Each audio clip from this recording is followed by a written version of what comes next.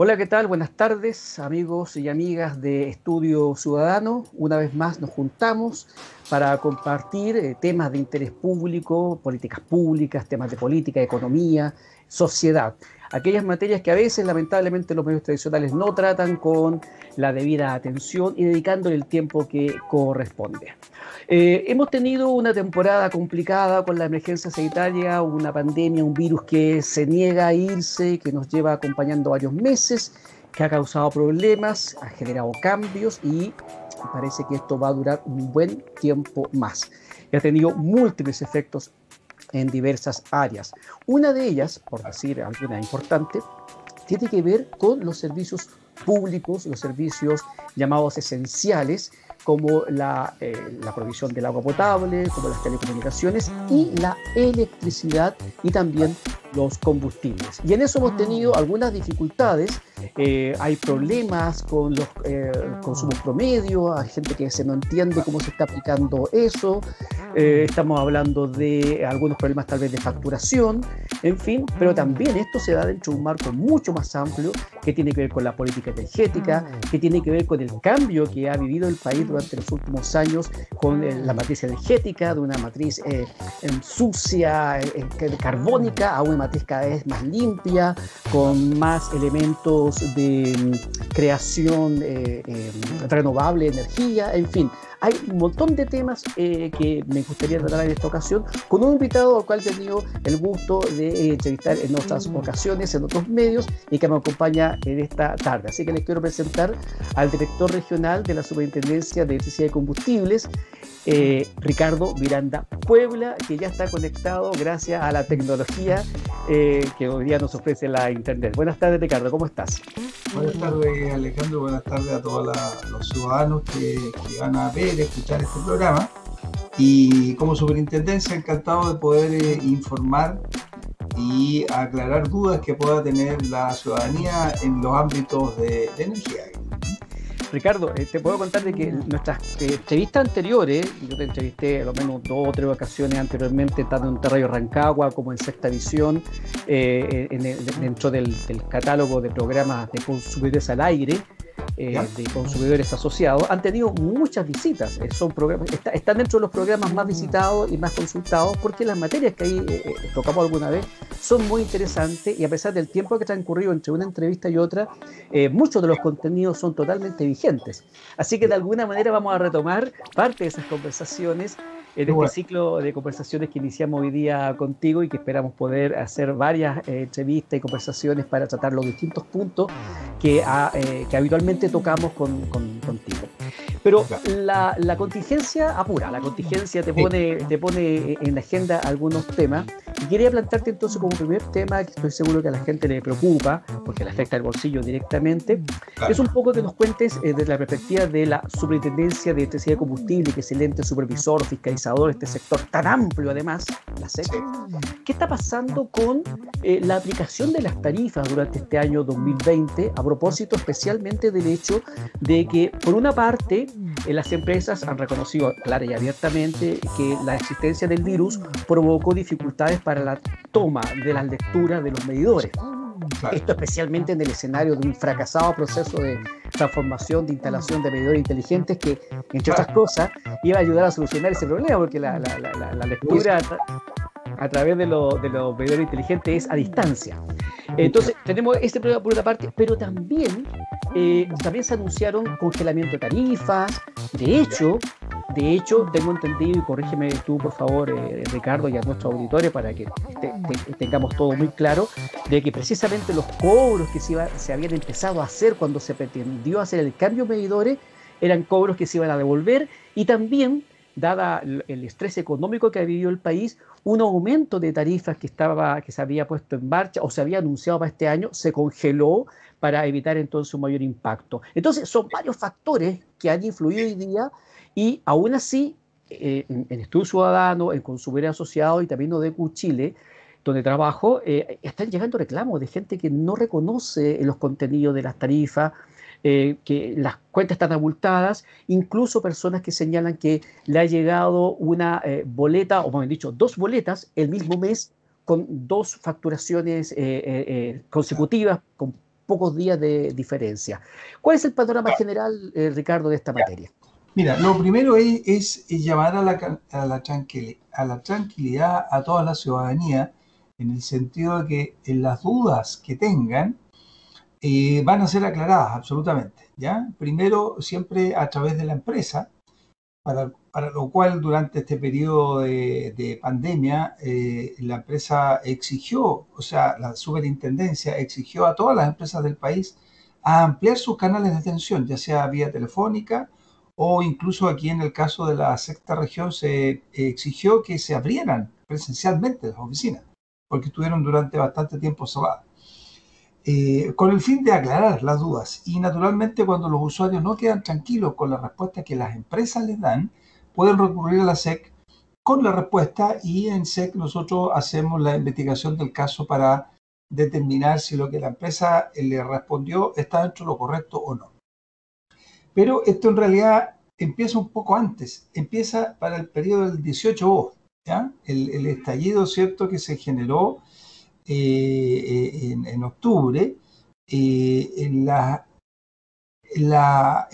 gobierno presentó un proyecto y en conjunto con las empresas eléctricas eso se llevó a que las tarifas desde el 1 de noviembre en adelante del 2019 están congeladas.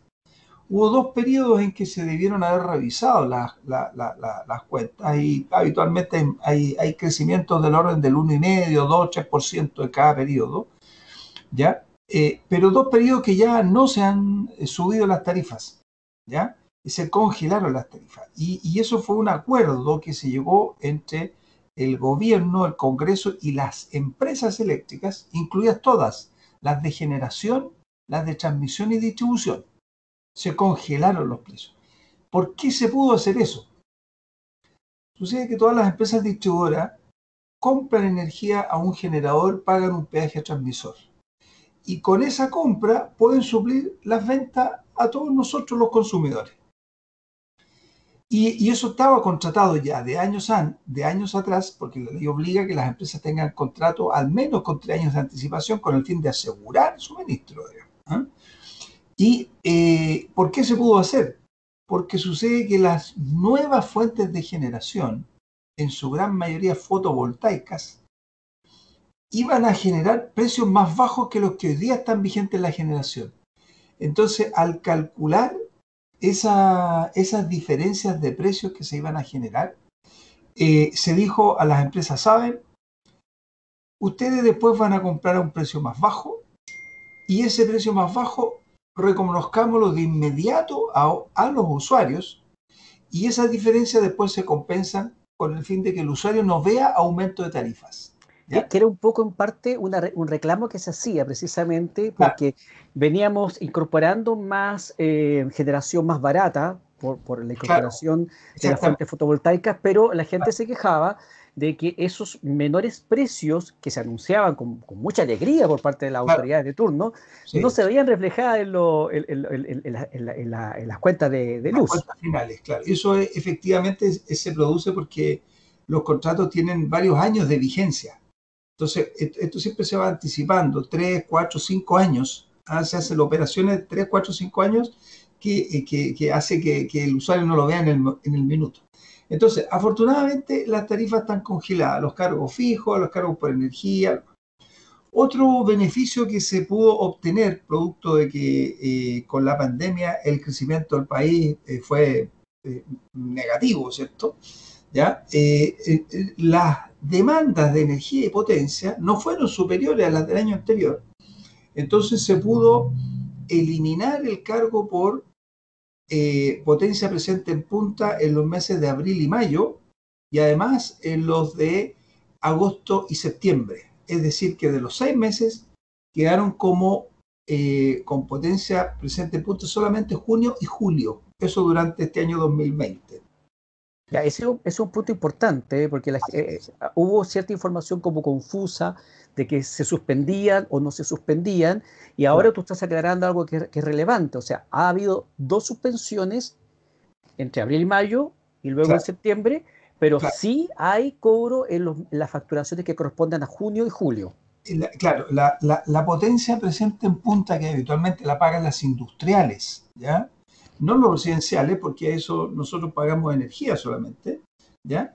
No se paga la presente en punta. Pero, sin embargo, los industriales, las pequeñas empresas que tienen tarifas de demanda leída, demanda horaria, y los industriales grandes, tenían que pagar, típico los agricultores, ¿cierto?, en el mes de abril y mayo por sus procesos de packing y cosas. Esta vez no tuvieron que pagar potencia presente en punta, y sí en junio-julio, ¿ah? Y tampoco en agosto y septiembre, ¿ya? Lo cual reduce los costos en la producción. Estoy pensando en actividades económicas que se vieron dañadas por todo lo que ha pasado. Efectivamente, en el fondo fue un incentivo a la pequeña empresa y las empresas de mediana hacia arriba también, para efectos de que en el fondo tengan costos más bajos. Fue una forma de compartir un poco todas estas pérdidas que todo el mundo tenía, ¿cierto? ¿Ya? Que todo el mundo tuvo para efectos de que más encima no le suban los costos, digamos, ¿ah? Pero eso se produjo porque técnicamente el sistema no se vio más exigido, es decir, no se tuvieron que habilitar nuevas centrales, nuevas líneas de transmisión, tampoco hubo que comprar más gas externo, digamos, más que el año anterior. Entonces, de alguna forma se pudo hacer eso porque hay estudios bien profundos ahí que determinaron que era factible y por tanto fue un beneficio, digamos, que duró 4 meses. ¿Ah? Lo cual es particularmente importante en un periodo donde la sequía ha seguido manteniéndose y el agua sigue siendo un recurso más o menos escaso para la generación, en este caso hidroeléctrica, aun cuando este año las lluvias fueron un poquito más generosas. Claro, fíjate que es tan importante lo que tú mencionas, Alejandro, y es que acá seguramente hay muchas personas que tienen todavía la imagen de que en Chile la energía eléctrica es principalmente hidroeléctrica, ¿ya? 20 años atrás, efectivamente, cerca del 80% de la energía eléctrica que consumíamos en el país era hidroeléctrica. Lo no hidroeléctrico estaba centrado básicamente en el norte grande. Sin embargo, hoy día, menos del 40% se genera de forma hidráulica. Menos del 40%. Hay cerca de un 40% que es energía térmica y fundamentalmente gas natural que se debe importar, ¿ya? Entonces significa mandar dólares, ¿cierto?, para que lleguen los camiones, los buques cargados acá con gas a alta presión, meterlo en las tuberías y poder transformar energía eléctrica para que exista. Entonces, eso es importación de un insumo que es gas natural. Ahora, el dato que estás dando es súper importante porque tenemos otro gran tema en Chile que se está ventilando y que va y viene permanentemente, que tiene que ver con la propiedad y los derechos del agua. Y se suele acusar a las empresas, a las industrias, de acaparamiento, de un uso abusivo, de un uso excesivo. El dato que tú estás dando respecto de que la generación hidroeléctrica no supera el 30% en el último tiempo y seguramente va a ir bajando más adelante, es un dato relevante en esta otra discusión. Claro. Y eso hace que haya que importar gas. Y el gas hay que pagarlo porque son extranjeros, no es que se produzca en Chile. Claro. Entonces, eso es un tema, ¿cierto?, que hay que tener presente, generación también. Y alrededor de un 20% hoy día se hace en Chile, que ha sido un país pionero en el mundo con un tremendo desarrollo, muy rápido, de generación de energía renovable no convencional, fundamentalmente fotovoltaica y también eólica, ¿ya?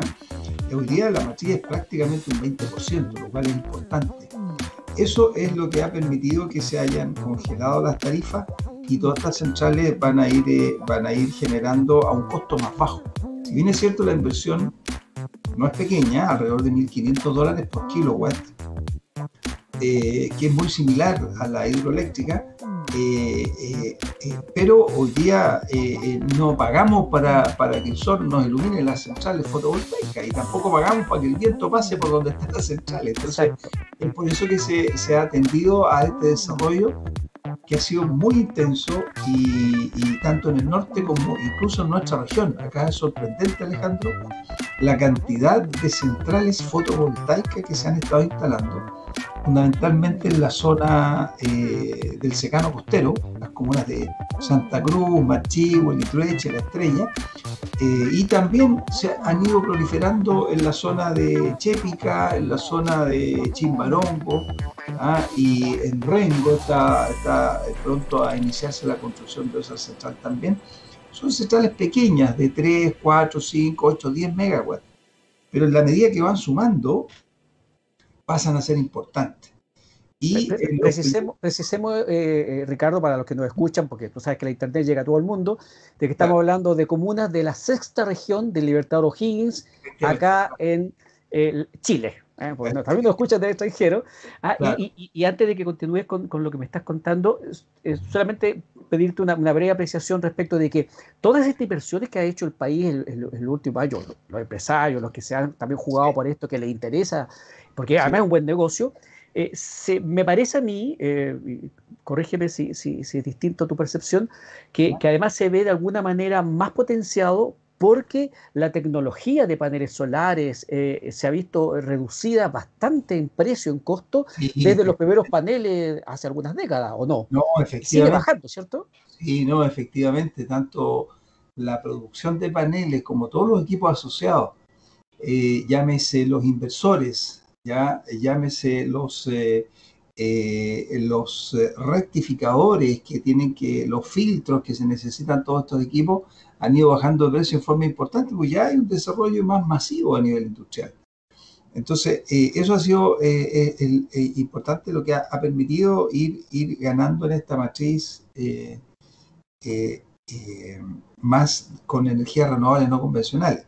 En el tema eólico, que hay mucha experiencia en el norte de Europa, hay un par de proyectos bastante grandes que se van a construir, centrales de 200, 300 megawatts, que ya tienen aprobación medioambiental, y que eso va a seguir contribuyendo a que los precios se mantengan en el tiempo, digamos, y no suban, porque la verdad es que los costos de energía incluyen la producción por una parte, el transporte por otra, y además la distribución. Y en el segmento del transporte, las inversiones en transmisión son bastante altas, ¿ya? No solamente por las líneas, los conductores, la estructura, los fierros, sino también por los pagos de servidumbres que hay que hacer. Es decir, el derecho de usar espacios de privados para poder tender las estructuras, las líneas, eso también tiene un costo que no es menor. Entonces, las inversiones en transmisión son altas, y en distribución, en cambio, los costos operacionales son muy altos. ¿Por qué? Porque ahí hay un trabajo de personas. Y ahí entramos, ¿cierto?, al tema de la facturación, la lectura. ¿Qué es lo que pasó en el periodo de pandemia? Todos nos asustamos, no sabíamos qué iba a pasar.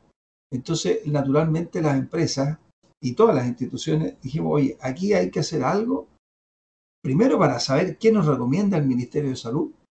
Segundo, adaptar los procesos. Y tercero, equipar a la gente que debe seguir haciendo su trabajo.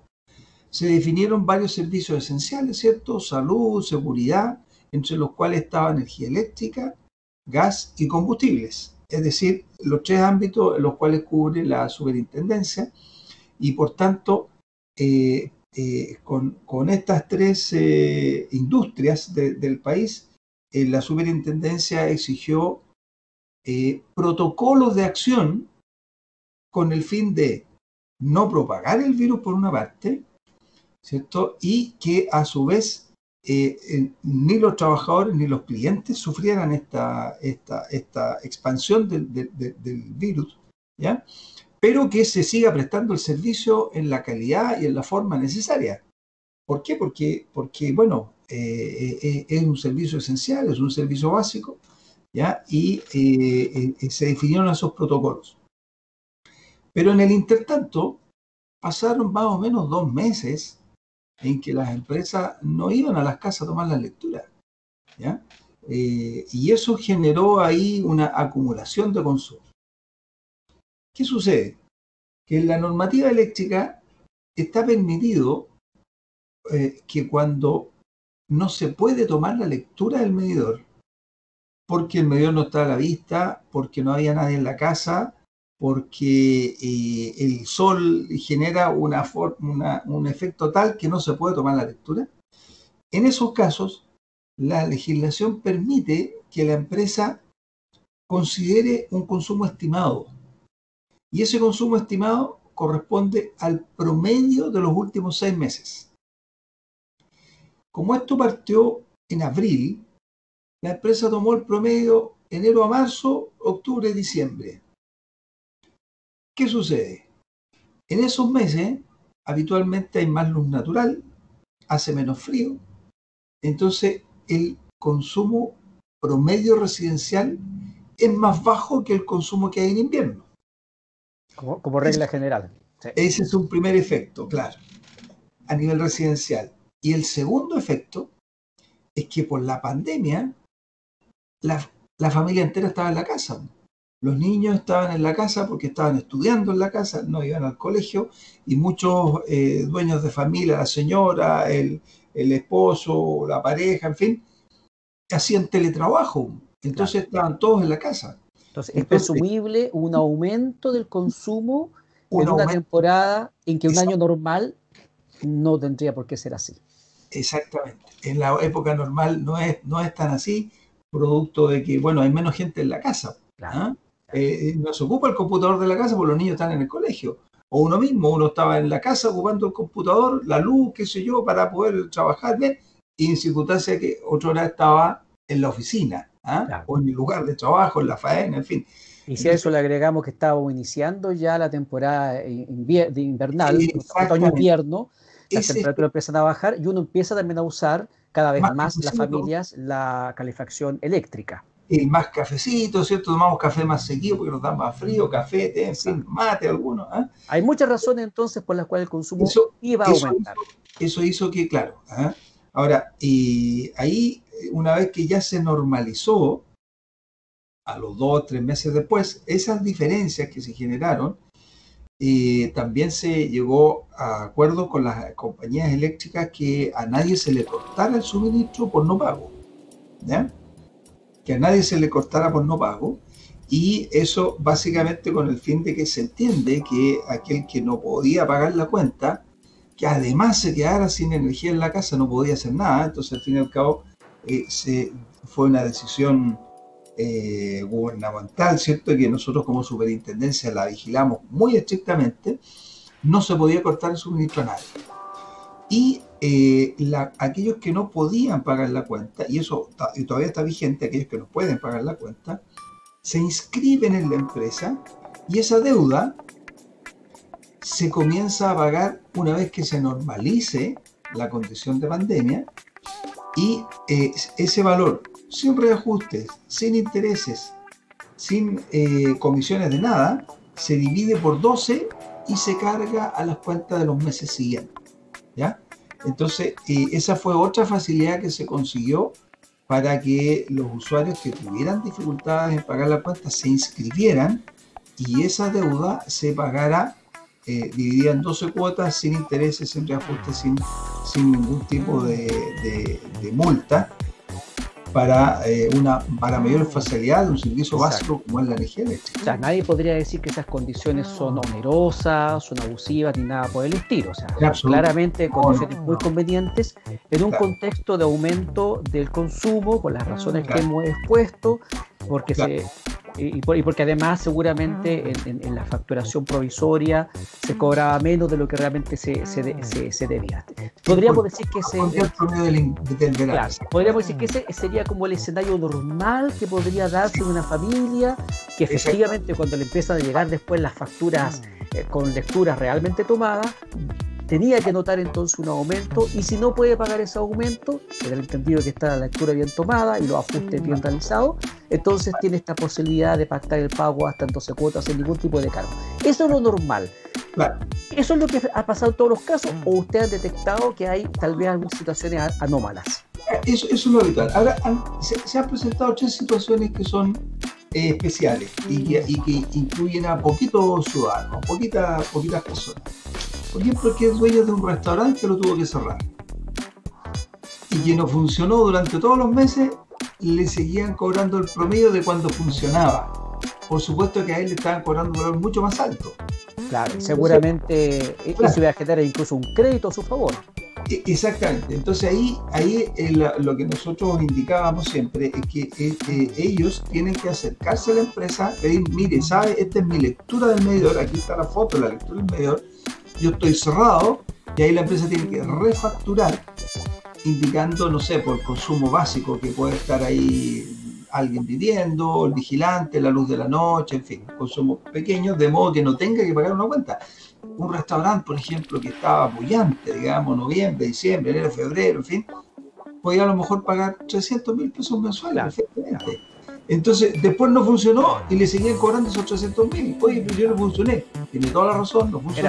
Era para irse de espalda el pobre hombre. Exactamente. Entonces ahí vaya y usted indique lo que está pasando en la lectura, y la empresa tiene la obligación de hacer una nueva facturación en base a los consumos reales. Ese es el caso de Ricardo, en ese caso, local comercial. En ese caso, si por algún motivo esta persona hubiese tenido, no sé, contratado un pago automático de cuenta o de buena fe, pagó alguna de esas boletas, ¿cómo le hacen para devolver la plata en efectivo o en consumos futuros? No, habitualmente se revierte. Habitualmente, si el usuario exige que se lo revierte, se lo revierte. Y si no, le queda el valor a favor. ¿Ya? Ya. Ese es un caso. El otro caso que sucede es que efectivamente, una vez que se normaliza la lectura, haya habido un error de lectura. Ya. Hay poquitos casos, me tocó ver como 4 casos de las distintas. Efectivamente había un error de lectura, y en ese caso, bueno, simplemente el usuario le toma una foto al medidor donde aparezca la lectura, la lleva a la empresa, y por la copia de la boleta, la empresa va y corrige y hace nota de crédito, en fin, y se arregla la lectura de adelante. ¿Ya? Ese es el segundo caso. Claro, ese es el segundo caso, error de lectura, o cuando está esto. Ahora, otras situaciones se pueden dar en que las tarifas son un poquito más complicadas. Estoy pensando ya en los industriales, cuando tienen efecto de demanda leída, ¿cierto? Cuando tienen efecto de potencia remanente, cuando tienen efectos de recargo por mal factor de potencia, ¿ya? En esos casos, la recomendación siempre fue la misma que en el caso anterior: traiga el caso, lo presenta en la empresa, si no queda conforme, me trae la respuesta de la empresa, nosotros como superintendencia analizamos el caso y determinamos qué es lo correcto. Si hay una potencia remanente, si la potencia que está cobrando es la que está leída o no, etcétera, etcétera. O sea, Ricardo, ustedes tienen, me imagino que tienen las fórmulas matemáticas para poder determinar esto, porque yo he tenido la ocasión de atender casos en las organizaciones de consumidores en las que colaboro, y me he encontrado con que de pronto los procesos de reversa, ni siquiera sé si lo estoy diciendo bien, Ricardo, los procesos de refacturación son algo crípticos, ¿no? La gente dice, al final no le queda claro si realmente le descontaron o no le descontaron. ¿Ustedes tienen la capacidad de poder ver ese proceso matemático, contable, para poder llegar a la conclusión, a la certeza de que la operación que hizo la empresa es correcta? Sí, por supuesto, no, naturalmente. ¿Por qué? Porque sucede que las tarifas, todas las empresas distribuidoras del país tienen la obligación de una vez al mes publicar sus tarifas de todos los servicios y por comuna, ¿ya? Porque todas las comunas tienen precios levemente diferentes, no hay ninguna que tenga más de un 10% respecto a la otra, pero todas tienen pequeñas diferencias en los precios, ¿ya? Y es por comuna, ¿ya?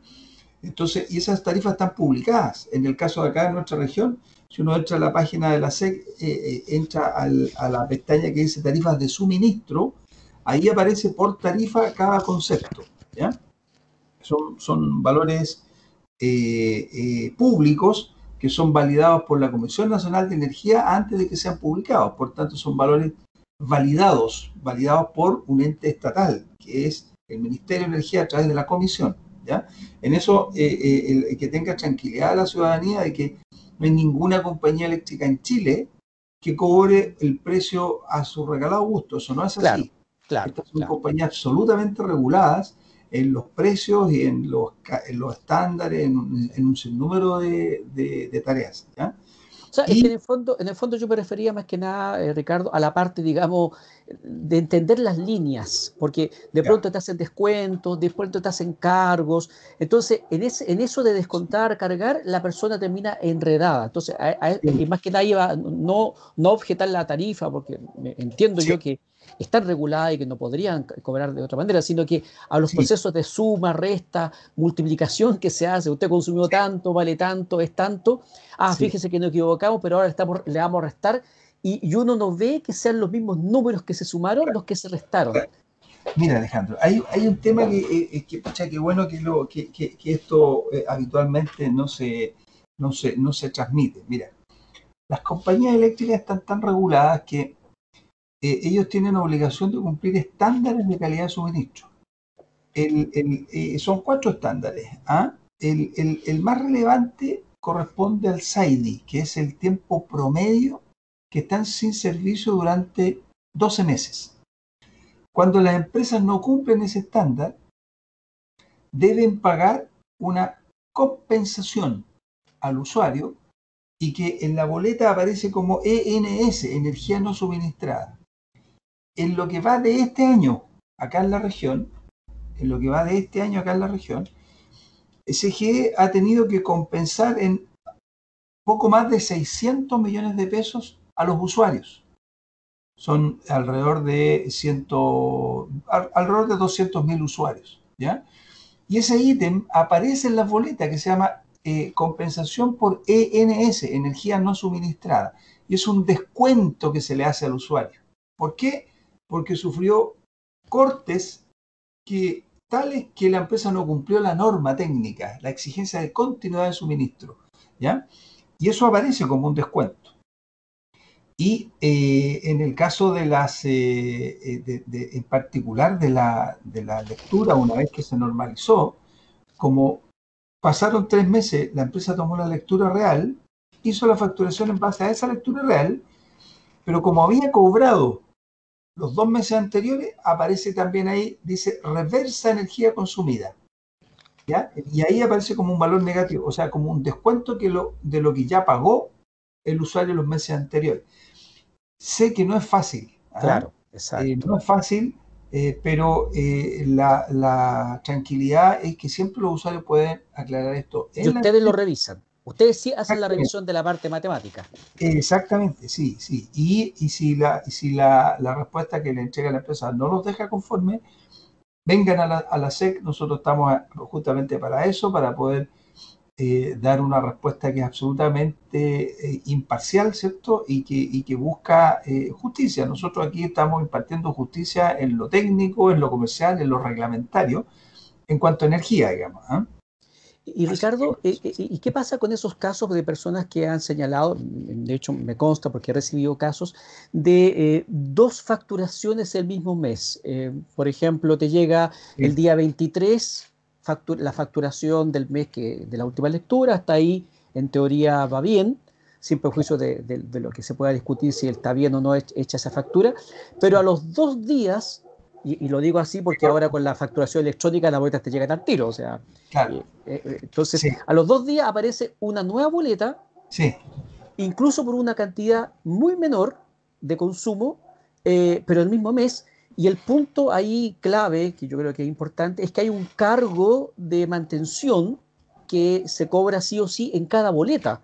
Entonces, si me facturan 2 veces el mismo mes, me van a cobrar ese mismo cargo 2 veces también el mismo mes. ¿Han recibido casos así, Ricardo? claro, claro. Mira, hay casos, de hecho hace un rato nomás estábamos analizando uno de acá de Machalí, en que en un mes, en septiembre, recibió 3 boletas. 3 boletas. 3 boletas, ¿ya? Y cada dos con separación de 2 días. ¿Por qué? Porque recibió la que correspondía a septiembre. No se había hecho la emisión de la boleta en agosto ni en julio. La última que se le había enviado era en junio. ¿Por qué? Porque el cliente había hecho un reclamo y estaba en proceso.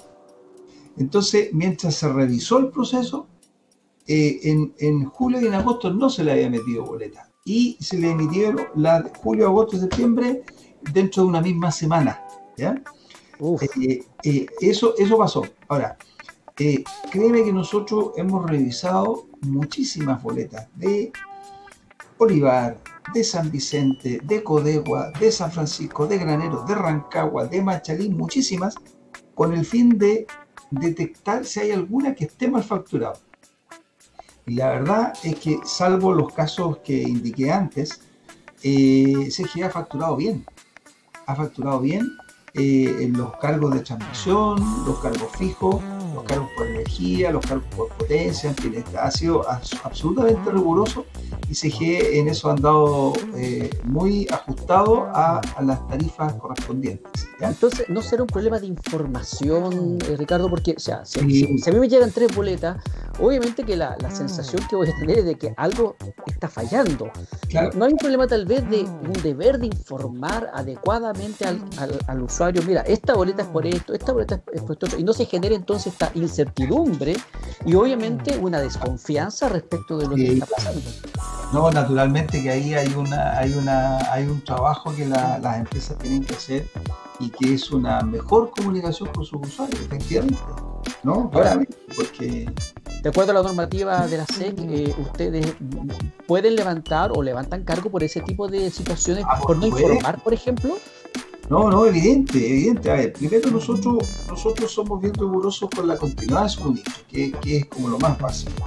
Segundo, con el cumplimiento de los estándares técnicos, ¿ya? Porque no basta que uno tenga luz, tiene que tener voltaje dentro de un cierto rango, digamos, porque si no los equipos se me echan a perder, no funcionan, etc. Tercero, con el cumplimiento de los plazos de atención. Cada vez que un usuario hace un reclamo, el tiempo máximo en que la empresa debe responder cuando se trata de un tema comercial es de 30 días, ¿ya? Cuando se trata de una emergencia por corte de luz u otro tipo de emergencia, son 2 horas en Rancagua y 4 horas en cualquier otra de las comunas, ¿ya? Esos son los tiempos máximos que la empresa debe llegar al lugar. Y también cuando hay errores de facturación. Por supuesto que sancionamos a las empresas porque las empresas tienen que hacer la pega bien. Uno admitirá un error a veces, que una persona se puede equivocar en intercambiar un número, por ejemplo. Pero cuando el tema es reiterado, no, pues ahí hay que revisar el proceso. Y ahí es donde nosotros sancionamos. Cuando son casos... ¿Ya han levantado cargos recientemente o en este periodo se han visto el deber, la obligación de levantar cargos? A ver, ahí hay 2 noticias bien importantes, Alejandro. Nosotros dentro de la operatoria anual de la empresa estamos siempre revisando los trabajos de mantenimiento, los tiempos de respuesta de empalmes nuevos, los errores de facturación, en fin. Y solamente este año, aquí localmente, nosotros hemos multado por cifras mayores de más de 300 millones de pesos. Pero esta es la cifra especial y es la siguiente. El año 2019, la empresa tuvo 8 comunas que no cumplieron el estándar técnico. 8 comunas en la sexta región, que tiene 33 comunas. 8 de las 33 comunas no cumplieron el estándar técnico en el indicador SAIDI. Y la SEC, nosotros, ¿cierto?, le acusamos una multa a CGE por 1.250 millones de pesos. ¿Ya? Es una cifra histórica, bastante considerable, y que lo único que busca es que la empresa adapte sus procesos para que todas las comunas reciban la calidad de servicio por la cual están pagando, digamos. Correcto. Ricardo, esas multas están firmes. Bastante importante, digamos. Esas multas están firmes porque se pueden reclamar ante la Corte. No, naturalmente que ellos por supuesto que las reclaman, pero acá en la superintendencia nosotros los procesos de multa están absolutamente fundados. Acá no hay ninguna situación que sea antojadiza o que no tenga un fundamento sólido, digamos. O sea, hay una alta posibilidad de que el tribunal sencillamente ratifique el actuar de la superintendencia. El estándar, digamos, de los procesos legales en que la SEC se ve, tiene un indicador superior al 90% de éxito, digamos. O sea, la empresa... La superintendencia. O sea, la empresa reclama por hacer tiempo nomás. La empresa, bueno, seguramente ellos ahí buscarán sus argumentos, pero lo que es claro es que las empresas tienen que cumplir un estándar técnico, ¿ya? Ahora, a pesar de lo anterior, yo debo mencionar que CGE acá en la región ha mejorado muchísimo su estándar, ¿ah? 4 años En atrás, relación al último año, ¿tú tienes algún referente? 4 años atrás, la región de O'Higgins era la segunda peor en Chile en este indicador, en el SAIDI. 4 años atrás era la segunda peor en Chile. Hoy estamos dentro de las 7 mejores del país, ¿ya? Ah, ya. Eso Claramente indica, ha habido una mejora. no, ha habido un trabajo intenso de parte de los profesionales de la empresa.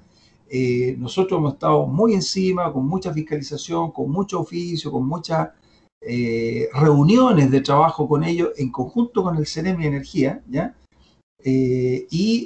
Con los máximos ejecutivos, ¿cierto?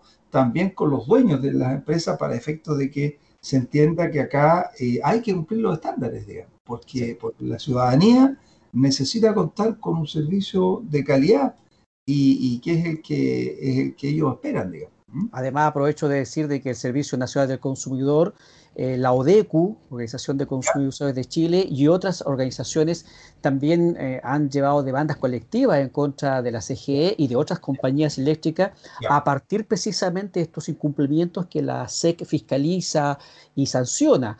Y por lo tanto, el panorama para las empresas eléctricas también se ha visto, yo me atrevo a decir que se ha visto un poco más complicado desde el punto de vista que hay una mayor demanda de calidad de servicio, hay una sí, menor tolerancia de parte de las comunidades y también de las distintas autoridades a los incumplimientos, ¿cierto? efectivamente, sí, sí. Pero afortunadamente la CGE ha mejorado muchísimo los últimos 3 años acá en la región. Hay que seguir mejorando, Por estamos en eso, supuesto. seguimos trabajando con sus ejecutivos. Nosotros ya hicimos una reunión los primeros días de septiembre junto con el CEREMI, indicando las comunas que nosotros visualizamos en las que hay que hacer más trabajo preventivo, hacer más inversiones. Así es que ellos dentro del mes de octubre nos van a presentar su plan de acción en mantenimiento y en inversiones para justamente continuar mejorando esto, digamos, ¿ah? Así que bueno, yo creo que vamos por buen camino. Ojalá la empresa mantenga la decisión de seguir invirtiendo y de seguir haciendo las actividades que permitan.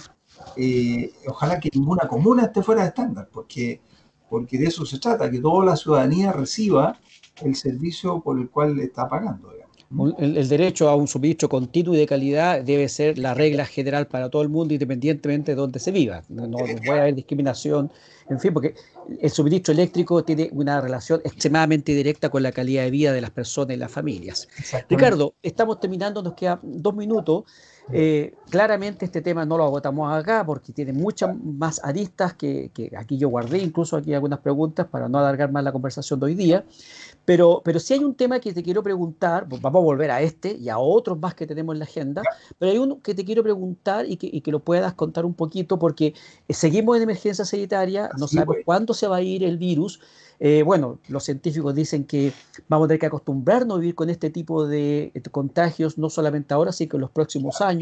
Los virus mutan, así que nada descarta que en unos años más tengamos una nueva versión de este u otro virus.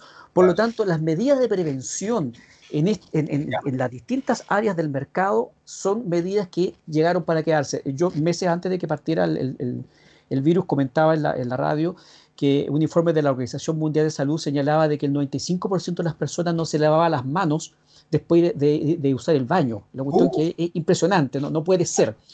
Y cuestiones tan básicas como sanitizar las micros o el metro en Santiago deberán ser parte del estándar permanente sí, de una sociedad que busca la prevención, o poner cámaras que detecten a las personas con temperatura más alta en los terminales de bus, en los aeropuertos. Yo creo que es el tipo de cosas que son prácticas que debieran mantenerse en el largo plazo independientemente de la existencia de una emergencia sanitaria. Y así en muchas otras áreas, para qué decir sí, el teletrabajo, cómo llegó a instalarse definitivamente, en fin.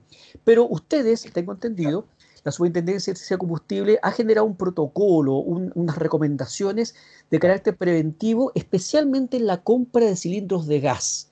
Me gustaría efectivamente, que nos contara un poquito para que la claro. gente sepa qué debe exigir, en la compra de un cilindro de gas a los Claro. distribuidores? ¿Qué medidas se están tomando? ¿Cuáles son las recomendaciones que vienen desde la autoridad?